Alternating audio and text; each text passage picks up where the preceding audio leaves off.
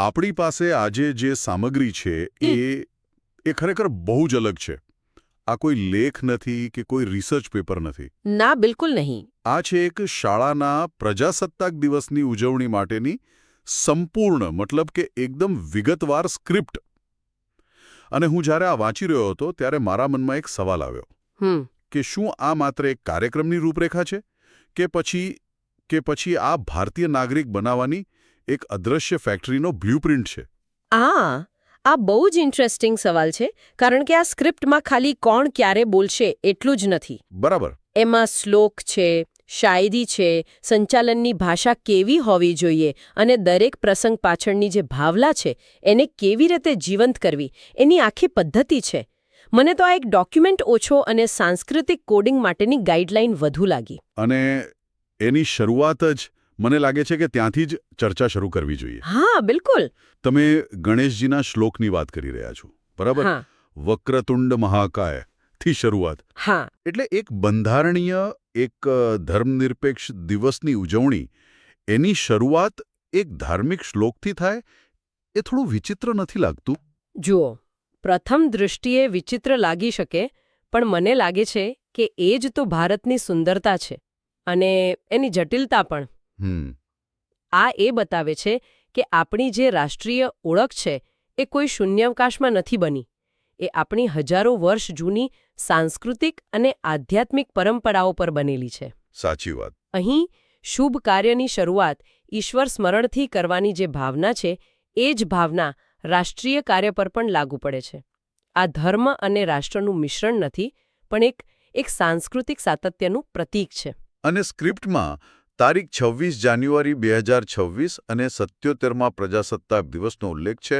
એનાથી બધું બહુ રિયલ લાગે છે. એક્ઝેક્ટલી. ચાલો, તો આ બ્લુપ્રિન્ટને થોડું ઊંડાણપૂર્વક સમજીએ. કાર્યક્રમની શરૂઆત જ કેટલી ઊર્જાથી ભરપૂર છે. હા, એકદમ. સંચાલક કહે છે, ઉઠો હિન્દુસ્તાનીઓ, આજની સવાર કંઈક ખાસ છે, અને પછી તરત જ ભારત માતા કી જય જેવા નારા. આ સ્પષ્ટપણે એક વાતાવરણ બનાવવાનો પ્રયાસ છે. બરાબર. આ માત્ર શરૂઆત નથી, આ સ્ટેજ સેટિંગ છે. જે શ્રોતાઓ છે એમને રોજિંદી માનસિકતામાંથી બહાર કાઢીને એક ગૌરવપૂર્ણ અને ગંભીર પ્રસંગ માટે તૈયાર કરવામાં આવી રહ્યા છે. અને પછી તરત જ આવે છે દીપ પ્રાગટ્ય. હા, અને દીપ પ્રાગટ્ય તો ઘણા કાર્યક્રમોમાં થાય છે, પણ અહીં એનો અર્થ ઘણો ઊંડો છે. એટલે તમે પેલું તમસોમાં જ્યોતિર્ગમય ના સંદર્ભમાં વાત કરી રહ્યા છો. હા, બરાબર. અંધકારમાંથી પ્રકાશ તરફ. પણ એને પ્રજાસત્તાક દિવસ સાથે જોડીને જુઓ. આ શ્લોક અહીં માત્ર એક પરંપરા નથી, એ પ્રજાસત્તાકના મૂળ વિચાર સાથે જોડાયેલો છે. બંધારણ એ જ તો જ્ઞાનનો પ્રકાશ છે. ઓકે. જે ગુલામી, અજ્ઞાન અને રાજાશાહીના અંધકારને દૂર કરે છે. એટલે જ્યારે મુખ્ય અતિથિ દીવો પ્રગટાવે છે ત્યારે એ ક્રિયા બંધારણના જ્ઞાનને સ્વીકારવાનું અને સન્માન આપવાનું એક જીવંત પ્રતીક બની જાય છે. વાહ. અને આ પ્રતિકાત્મક ક્રિયાને શબ્દોથી વધુ સુંદર બનાવી છે. જેમ કે આ શાયરી: દીપકનો પ્રકાશ અંધકારને હરે છે, જ્ઞાનનો પ્રકાશ જીવનને સુધારે છે. આ ખાલી કવિતા નથી, આ તો દીપ પ્રાગટ્યના કાર્યનું શાબ્દિક અર્થઘટન છે, જે ત્યાં બેઠેલા બાળકો પણ સહેલાઈથી સમજી શકે. તમે બહુ મહત્વનો મુદ્દો પકડ્યો. આ શાયરીઓનો ઉપયોગ ખાલી કાર્યક્રમને સુંદર બનાવવા માટે નથી, એ એક ભાવનાત્મક શોર્ટકટ તરીકે કામ કરે છે. ભાવનાત્મક શોર્ટકટ? હા, તે તર્કને બાયપાસ કરીને સીધી દેશભક્તિ અને આદરની ભાવનાને જગાડે છે, જે ખાસ કરીને યુવા શ્રોતાઓ પર વધુ અસરકારક હોય છે. અને પછી શુભમ કરોતિ કલ્યાણમ જેવા શ્લોક ઉમેરવાથી એ ભાવનાને વધુ ઊંડાણ મળે છે. દીપ પ્રાગટ્ય પછી આવે છે સ્વાગત, અને એમાં પણ એ જ ભાવના આગળ વધે છે. શરૂઆત જ એક હૃદયસ્પર્શી પંક્તિથી થાય છે. હા, પેલી: પુષ્પથી કરીએ સ્વાગત તો કરમાઈ જાય, પણ હૃદયના ભાવથી કરીએ જો સ્વાગત તો જીવનભરની યાદ બની જાય. બહુ સુંદર. અને આ સ્વાગતનું જે માળખું છે એ ખૂબ વિચારપૂર્વકનું છે. એ માત્ર મુખ્ય અતિથિ પર કેન્દ્રિત નથી. સાચી વાત. અતિથિ દેવો ભવની ભાવનાનું જાણે વિસ્તરણ છે. શાળાના સંદર્ભમાં અતિથિ માત્ર એક વ્યક્તિ નથી, પણ બહારની દુનિયાના જ્ઞાન, અનુભવ અને પ્રેરણાનું પ્રતીક છે. બરાબર. એટલે જ્યારે શાળા આવા અતિથિનું સન્માન કરે છે ત્યારે એ પરોક્ષ રીતે જ્ઞાન અને અનુભવનું સન્માન કરવાનું શીખવી રહી છે. અને હવે એ ભાગ આવે છે જેને મને આ સ્ક્રિપ્ટ વાંચતી વખતે ખરેખર રોકી દીધો. એક એવી માહિતી જે મને ખાતરી છે કે ઘણા લોકોને નવી લાગશે. તમે ધ્વજવંદનના તફાવતની વાત કરી રહ્યા છો. હા, 15 ઓગસ્ટ અને 26 જાન્યુઆરીના ધ્વજવંદન વચ્ચેનો સૂક્ષ્મ પણ અત્યંત મહત્વપૂર્ણ તફાવત. હા, આ જાણકારી દરેક ભારતીય નાગરિક માટે અને ખાસ કરીને વિદ્યાર્થીઓ માટે ખૂબ જ જરૂરી છે. આ ખાલી એક પ્રોસેસનો ફરક નથી. ના, એની પાછળ ગહન ઐતિહાસિક અને સાંકેતિક અર્થ છુપાયેલો છે. બરાબર. સ્ક્રિપ્ટમાં સમજાવ્યા મુજબ 15મી ઓગસ્ટે એટલે કે સ્વતંત્રતા દિવસે ધ્વજને નીચેથી દોરી વડે ખેંચીને ઉપર લઈ જવામાં આવે છે અને પછી લહેરાવાય છે. જેને ધ્વજારોહણ કહેવાય છે. Flag hosting. હા, ધ્વજારોહણ. અને એ શું બતાવે છે કે બ્રિટિશ ધ્વજ નીચે આવ્યો અને આપણો ભારતીય ધ્વજ ઉપર ગયો. ગુલામીમાંથી આઝાદીના ઉદયનું પ્રતીક. બરાબર. જ્યારે 26મી જાન્યુઆરીએ એટલે કે પ્રજાસત્તાક દિવસે ધ્વજ પહેલેથી જ સ્તંભની ટોચ પર બાંધેલો હોય છે. ઓકે.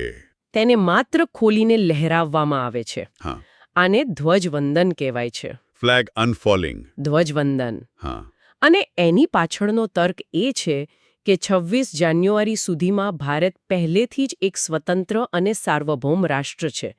આપણો ધ્વજ પહેલેથી જ ઊંચાઈ પર છે. એટલે એને ફરીથી ચડાવવાની જરૂર નથી. એક્ઝેક્ટલી. આપણે ફક્ત આપણા ગણતંત્ર અને આપણા બંધારણને સલામી આપીએ છીએ, વંદન કરીએ છીએ. હા, આ ખરેખર અદ્ભુત સ્પષ્ટતા છે. પણ મને એક પ્રશ્ન થાય છે, આ એક બહુ સૂક્ષ્મ તફાવત છે. શું તમને લાગે છે કે શાળાના બાળકો આ ઊંડા સાંકેતિક અર્થને ખરેખર સમજી શકતા હશે? જુઓ, આ સારો સવાલ છે. બની શકે કે 5મા ધોરણનો કોઈ બાળક હોય એ પહેલી વારમાં આનો પૂરો અર્થ ના પણ સમજી શકે. પણ શિક્ષણ એ જ તો છે. દર વર્ષે જ્યારે આ ક્રિયાનું પુનરાવર્તન થાય છે અને શિક્ષક ફરીથી એનો અર્થ સમજાવે છે, ત્યારે ધીમે ધીમે એ ભાવના મનમાં ઉતરતી જાય છે. એટલે જે બાળપણમાં માત્ર એક રિવાજ લાગે છે, એ જ મોટા થતાં એક ગૌરવપૂર્ણ પરંપરા બની જાય છે. બેસિકલી આ સાંસ્કૃતિક મૂલ્યોને એક પેઢીથી બીજી પેઢીમાં લઈ જવાની પ્રોસેસ છે. અને આ ગૌરવની ક્ષણને શબ્દોથી શણગારવા માટે ફરીથી શાયરીનો ઉપયોગ. હા. આન દેશ કી શાન દેશ કી હમ સંતાન હૈ, 3 રંગો સે રંગા તિરંગા, અપની યે પહેચાન હૈ. હા. આ શબ્દો એક ક્ષણના વજન અને ગૌરવને અનેક ગણું વધારી દે છે. બિલકુલ. આખા કાર્યક્રમમાં કવિતા અને શાયરીનો જે ઉપયોગ છે એ લાગણીઓને જગાવવા અને સંદેશને વધુ પ્રભાવી રીતે પહોંચાડવા માટેનું એક સાધન છે. એ કાર્યક્રમને શુષ્ક ઔપચારિક ભાષણોની શ્રેણી બનતા અટકાવે છે. ધ્વજવંદન પછી કાર્યક્રમ વક્તવ્યો અને સાંસ્કૃતિક પ્રસ્તુતિઓના તબક્કામાં પ્રવેશે છે. અને અહીં પણ વક્તાઓને મંચ પર આમંત્રિત કરવાની રીત બહુ પ્રેરણાદાયક છે. હા. જેમ કે ન પૂછો જમાને કો ક્યા હમારી કહાની હૈ, હમારી પહેચાન તો બસ યે હૈ કે હમ હિન્દુસ્તાની હૈ. આવા શબ્દોથી આમંત્રણ મળે તો વક્તાનો ઉત્સાહ પણ વધી જાય. અને અહીં મને આયોજનની કુશળતા દેખાય છે. સ્ક્રિપ્ટમાં વક્તવ્ય અને સાંસ્કૃતિક કાર્યક્રમોને બહુ સંતુલિત રીતે ગોઠવવામાં આવ્યા છે. કઈ રીતે? કોઈ ગંભીર વિષય પરના ભાષણ પછી તરત જ વિદ્યાર્થીઓ દ્વારા રજૂ થતું દેશભક્તિ ગીત કે નૃત્ય આવે. આ ખાલી મનોરંજન નથી, આ એક ખૂબ જ ચતુરાઈભરી શૈક્ષણિક પદ્ધતિ છે. એટલે તમે એમ કહેવા માંગો છો કે આનાથી શ્રોતાઓ, ખાસ કરીને બાળકોનો રસ જળવાઈ રહે? હા, એ તો છે જ, પણ એનાથી પણ વધુ. આનાથી સંદેશો અલગ અલગ માધ્યમો દ્વારા મગજ સુધી પહોંચે છે. ઓકે. જે વાત ભાષણમાં તર્ક દ્વારા સમજાવવામાં આવે છે, તે જ વાત ગીત કે નૃત્યમાં ભાવના દ્વારા અનુભવ કરાવવામાં આવે છે. આનાથી શીખવાની પ્રક્રિયા વધુ સંપૂર્ણ અને યાદગાર બને છે. સાચી વાત છે. તે દર્શાવે છે કે દેશભક્તિ માત્ર ભાષણનો વિષય નથી, પણ ગીત, સંગીત અને કળા દ્વારા જીવવાનો અનુભવ પણ છે. અને વિદ્યાર્થીઓ જ્યારે પોતાની કૃતિ રજૂ કરવા આવે, ત્યારે તેમનો ઉત્સાહ વધારવા માટે પણ ખાસ શાયરીનો ઉપયોગ થાય છે. દેશભક્તો સે હી દેશ કી શાન હૈ, દેશભક્તો સે હી દેશ કા માન હૈ. બરાબર. આનાથી બાળકોને એવું લાગે છે કે તેઓ માત્ર એક સ્કૂલ એક્ટિવિટી નથી કરી રહ્યા, પરંતુ રાષ્ટ્રના ગૌરવમાં પોતાનો ફાળો આપી રહ્યા છે. બરાબર. આ તેમને કાર્યક્રમના માત્ર ભાગ લેનાર નહીં, પણ ભાગીદાર બનાવે છે.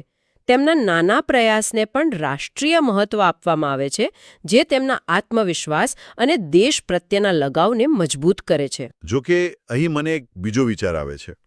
આ આખો કાર્યક્રમ, તેની ભાષા, શાયરીઓ, ગીતો બધું જ ખૂબ દેશભક્તિથી ભરપૂર છે. પણ શું એનું કોઈ જોખમ છે? શું આવા કાર્યક્રમો ક્યારેક ભારતીય સંસ્કૃતિની કોઈ એક જ ચોક્કસ છબી રજૂ કરીને પ્રાદેશિક વિવિધતાને અવગણે છે? આ ખૂબ જ વેલિડ ચિંતા છે. અને જો આયોજન સંવેદનશીલ ન હોય તો એવું બની શકે છે. પણ સામાન્ય રીતે શાળાઓ આ પ્રસંગોનો ઉપયોગ વિવિધતામાં એકતા દર્શાવવા માટે કરે છે. જેમ કે સાંસ્કૃતિક કાર્યક્રમોમાં ઘણીવાર પંજાબનું ભાંગડા હોય, ગુજરાતનો ગરબો હોય, કેરળનું નૃત્ય હોય, એમ અલગ અલગ રાજ્યોની કળાઓને સ્થાન આપવામાં આવે છે. બરાબર. એટલે ભલે સંચાલનની ભાષા હિન્દી કે અંગ્રેજી હોય, પણ પ્રસ્તુતિઓ દ્વારા ભારતની બહુસાંસ્કૃતિક ઓળખને ઉજાગર કરવાનો પ્રયાસ થાય છે. હા. આ સ્ક્રિપ્ટ એક માળખું છે. તેની અંદરની સામગ્રી તો શાળાની સમજ પર આધાર રાખે છે. એ સાચી વાત છે. હવે કાર્યક્રમ તેના અંતિમ ચરણમાં પહોંચે છે, મુખ્ય મહેમાનના વક્તવ્ય સાથે. અને તેમને આમંત્રણ આપવા માટે જે શાયરી પસંદ કરવામાં આવી છે એ તો અદ્ભુત છે. કઈ? મંઝિલ ઉन्हीं को मिलती है जिनके सपनों में जान होती है. पंखों से कुछ नहीं होता, हौसलों से उड़ान होती है. વાહ, આ પસંદગી ખૂબ જ સુંદર છે. કારણ કે આ શાયરી એકસાથે બે કામ કરે છે. તે મુખ્ય મહેમાનના જીવનના સંઘર્ષ અને સફળતાને બિરદાવે છે, અને સાથે સાથે ત્યાં હાજર દરેક વિદ્યાર્થીને સપના જોવા અને તેને સાકાર કરવા માટે મહેનત કરવાની પ્રેરણા પણ આપે છે. તે માત્ર એક આમંત્રણ નથી, તે એક જીવન મંત્ર છે. અને મહેમાનના વક્તવ્ય પછી આવે છે આભાર વિધિ. ઘણીવાર કાર્યક્રમોમાં આ ભાગને બહુ ઔપચારિક અને કંટાળાજનક રીતે લેવામાં આવે છે. પણ એનું મહત્વ શું છે? આભાર વિધિ એ કોઈ પણ સુવ્યવસ્થિત કાર્યક્રમનો આત્મા છે. તે માત્ર થેન્ક યુ કહેવાની રીત નથી. તો શું છે? તે એક સામાજિક અને સાંસ્કૃતિક પાઠ છે. તે શીખવે છે કે કોઈ પણ સફળતા એ સામૂહિક પ્રયાસનું પરિણામ છે. મહેમાનથી લઈને મંચ વ્યવસ્થા કરનાર કર્મચારી સુધી દરેકનું યોગદાન મહત્વનું છે. બરાબર. આભાર વિધિ દ્વારા સંસ્થા એ દરેક વ્યક્તિ પ્રત્યે કૃતજ્ઞતા વ્યક્ત કરે છે. આ વિદ્યાર્થીઓને સમુદાય અને સહકારનું મૂલ્ય શીખવે છે. અને ફાઇનલી પૂર્ણાહુતિ. કાર્યક્રમનું સમાપન પણ એટલું જ શક્તિશાળી છે. બિસ્કિટ વિતરણ જેવી નાની પણ વાસ્તવિક વાતનો ઉલ્લેખ મને ગમ્યો. હા, કારણ કે તે બાળકો માટેનો એક નાનકડો પુરસ્કાર છે. અને પછી ભારત માતા કી જય, વંદે માતરમના નારા સાથે કાર્યક્રમ પૂરો થાય છે. પણ અંતિમ શાયરી? હા, એ ખરેખર મનને હચમચાવી દે તેવી છે. કઈ હતી એ? लिख रहा हूं मैं अंजाम जिसका कल आगाज आएगा, मेरे लहू का हर एक कतरा इंकलाब लाएगा. બરાબર. આ શાયરી કાર્યક્રમનો અંત નથી કરતી, પણ એક નવી શરૂઆતનો સંકેત આપે છે. એટલે કે ઉજવણી અહીં પૂરી થઈ, પણ રાષ્ટ્ર નિર્માણનું કાર્ય હવે શરૂ થાય છે. એક્ઝેક્ટલી. તે શ્રોતાઓને, ખાસ કરીને યુવાનોને, એક વિચાર અને એક જવાબદારી સાથે ઘરે મોકલે છે. તો આપણે શરૂઆતના પ્રશ્નો પર પાછા આવીએ. આ માત્ર એક સ્ક્રિપ્ટ છે કે નાગરિક બનાવવાનો બ્લુપ્રિન્ટ? મને લાગે છે કે આ ચર્ચા પછી સ્પષ્ટ છે કે આ માત્ર એક સ્ક્રિપ્ટ નથી. તે પરંપરા, રાષ્ટ્રપ્રેમ, કળા અને શિક્ષણશાસ્ત્રનો સમન્વય કરીને યુવા મનમાં રાષ્ટ્રીય ઓળખના બીજ રોપવાની એક સુનિયોજિત પ્રક્રિયા છે. હું સંપૂર્ણપણે સહમત છું. આ દર્શાવે છે કે રાષ્ટ્રીય તહેવારોની ઉજવણી માત્ર રજા માણવા માટે નથી. તે એક એવો પ્રસંગ છે જ્યાં ભાષા, કળા, સંગીત અને પરંપરાઓ દ્વારા દેશભક્તિની ભાવનાને પુનર્જીવિત અને પુનઃસ્થાપિત કરવામાં આવે છે. અને આ આખી ચર્ચા પરથી ખબર છે, મારા મનમાં એક અંતિમ વિચાર આવે છે શ્રોતાઓ માટે. શું? આપણે જોયું કે આ સ્ક્રિપ્ટમાં કેવી ઔપચારિક, સન્માનજનક અને કાવ્યાત્મક ભાષાનો ઉપયોગ થયો છે. હવે વિચારો કે આપણે રોજિંદી વાતચીતમાં આપણા દેશ વિશે કેવી રીતે વાત કરીએ છીએ. ઘણીવાર સામાન્ય રીતે. હા, ક્યારેક ટીકાત્મક રીતે, ક્યારેક મજાકમાં. પણ આવા ખાસ પ્રસંગો પર આપણી ભાષાનું સ્વરૂપ એકદમ બદલાઈ જાય છે. તે ગૌરવશાળી અને આદરણીય બની જાય છે. તો સવાલ એ છે કે શું આ જરૂરી છે? હા, સવાલ એ જ છે, શું રાષ્ટ્રના વિચારને જીવંત રાખવા માટે આવા ઔપચારિક પ્રદર્શન અને ભાષાનું આ બદલાયેલું સ્વરૂપ જરૂરી છે? જો આપણે આ ઔપચારિકતા ગુમાવી દઈએ તો શું આપણે રાષ્ટ્રીય ગૌરવની ભાવના પણ ગુમાવી દઈશું? હમ આ એક વિચારવા જેવો પ્રશ્ન છે.